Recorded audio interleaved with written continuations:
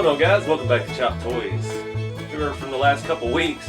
Been on a tow truck kick here, and yeah, this is a really nice '61 Tonka tow truck.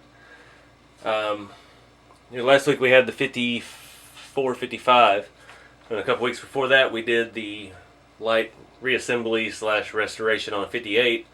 The 60 61s are basically the same as the 58, except for the differences in the body that were accommodated to each year. The bed and everything is the same. The 61s have white walls. They have the new 5-spoke hubcaps for those years. They're not new now, but the roof light, the cab, you have the 3 ribs on the hood. You have the T bumper, so you have a smooth grille, and the T logo is in the bumper. The bumper has some texture and design to it. It's no longer smooth, and you have 2 humps on the dash of the truck as opposed to 1, 2 square as opposed to 1 rounded one. And yeah, so let's take a look at this thing. It is super nice.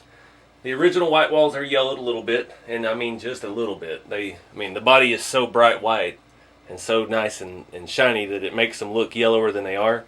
These are probably the nicest original white walls I've actually ever had on a Tonka truck, short of some brand new reproductions. But it's all there, and excellent shape. So let's take like all the working trucks, the dump trucks, not all the dump trucks, but the highway department trucks, tow trucks and stuff. They all had a black bumper and a polished grille, or chrome or plated or whatever it was they used back then. I don't remember exactly. It's some type of zinc coating. It didn't wear well, but it polishes up excellently. And I'm pretty sure this is the original grille. It's got a few dings and nicks in it. It's got a slight texture, but it's been polished out. I believe these are aftermarket headlights, unfortunately. They are in excellent, perfect condition, so I'm pretty sure they're reproductions. The bumper looks original, and like I mentioned, this bumper has the edges with the rounded center, and it has the T in the middle. It's hard to see because this one being black, but it's perfectly straight. I mean, these trucks that I've gotten here recently are just fantastic.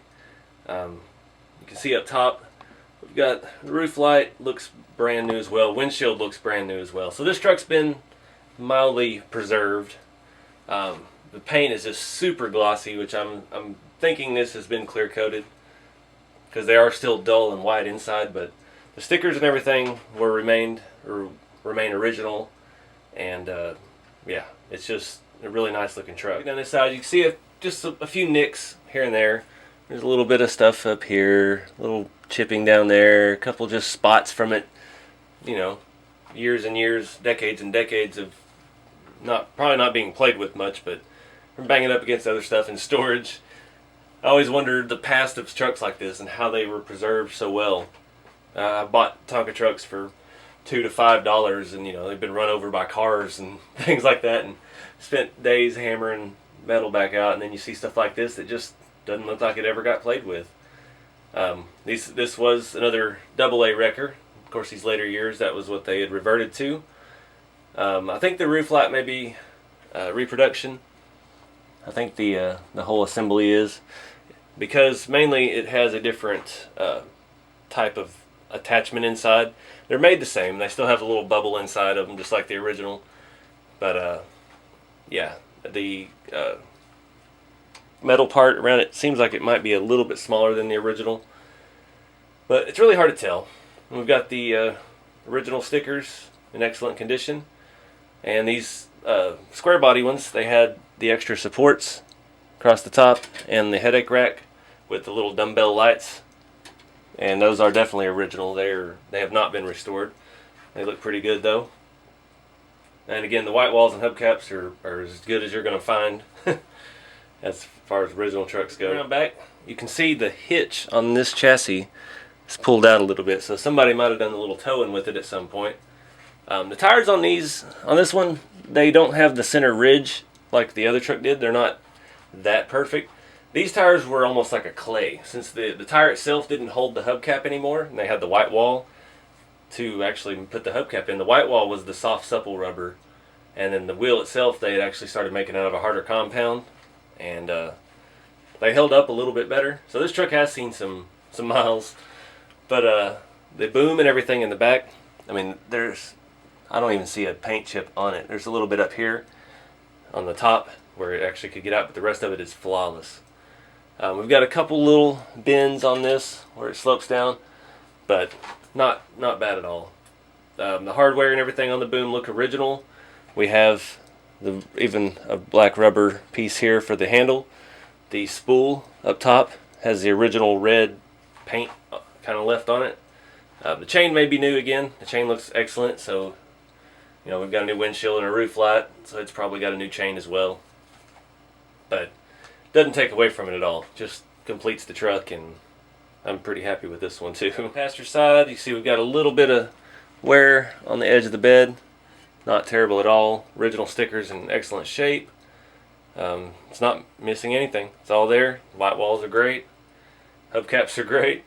I love these old tow trucks, and part of the reason I never had many tow trucks back when I had my old collection, because they were so expensive. Even back then, you couldn't touch a beat up tow truck for $120, and that still pretty much stands today. And I've seen 3 or 4 on the internet today. After I bought this was kind of an impulse. I just saw it and I was like, that's a good deal, I'm going to buy it. And then I started researching. I found some extremely nice trucks, maybe some not quite as nice as this, for twice the price I paid for this. So that's why I jumped on it when I did.